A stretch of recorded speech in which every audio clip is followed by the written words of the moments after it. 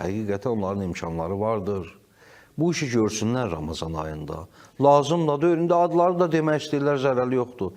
Bildirmək də istəyirlər, riya olmasa, bu baxımdan ki, nümunə olsun, zərəri yoxdur. Çalışsınlar, iftar süfrələri, ehsan süfrələri, ehsan paketləri.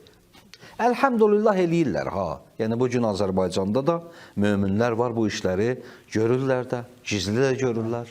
Bizim xəbərimiz də olur, tanımasaq da şəxsən görürük, xeyriyyətçilər də çoxdur. Bir qədər Ramazanda bu fəaliyyət çox olmalıdır. Məbada mənim o başdan çağı, imsak vaxtı yeməyim olsun, iftar vaxtı, iftar açmağa bir şeyim olsun, gündəlik ətlə, toyuqla filanla açım, amma qonşu buna həsrət qalsın.